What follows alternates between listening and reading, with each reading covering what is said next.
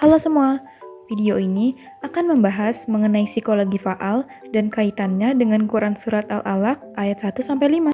Video ini dibuat untuk memenuhi tugas mata kuliah psikologi faal oleh Dr. Fidiansyah yang disusun oleh kelompok 1 beranggotakan Javier Irsyad, Nafilah Azikra, dan Kayla Zalika. Al-Alaq artinya segumpal darah. Pada ayat kedua yang berbunyi khalaqal insana min 'alaq. Artinya, dia telah menciptakan manusia dari segumpal darah.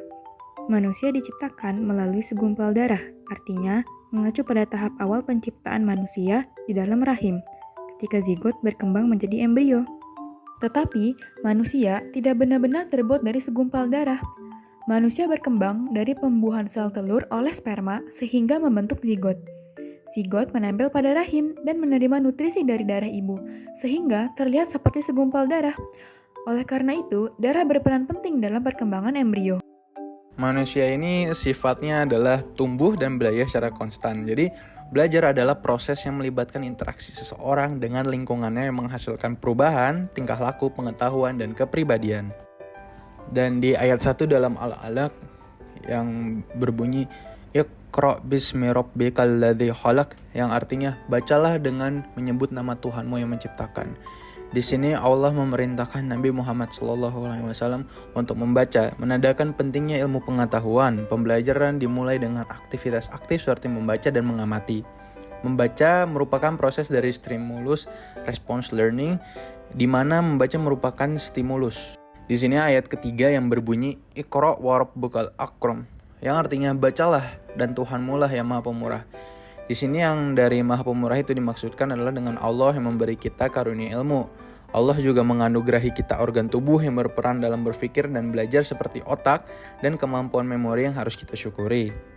Dan ayat keempat yang berbunyi Alladzi 'allama bil qalam, yang artinya yang mengajarkan manusia dengan pena. Ayat ini mengajarkan bahwa Allah memuliakan manusia dengan kemampuan belajar dan mengajar menggunakan pena, dan pena sebagai alat tulis yang membantu kita dalam mengingat ilmu pengetahuan. Dalam hal ini, menulis itu merupakan suatu proses encoding.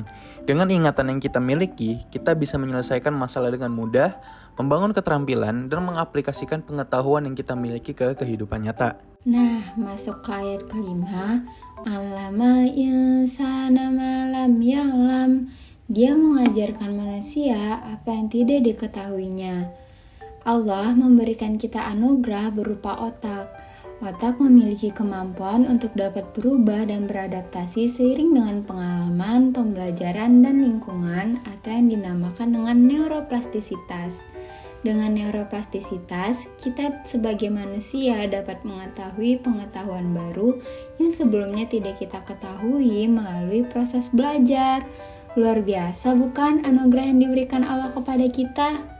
Sekian penjelasan kelompok kami terkait hubungan antara surat Al-Alaq ayat 1-5 dengan psikologi faal. Semoga penjelasan ini menambah wawasan baru bagi kita dan membuat kita makin bersyukur. Thanks for watching.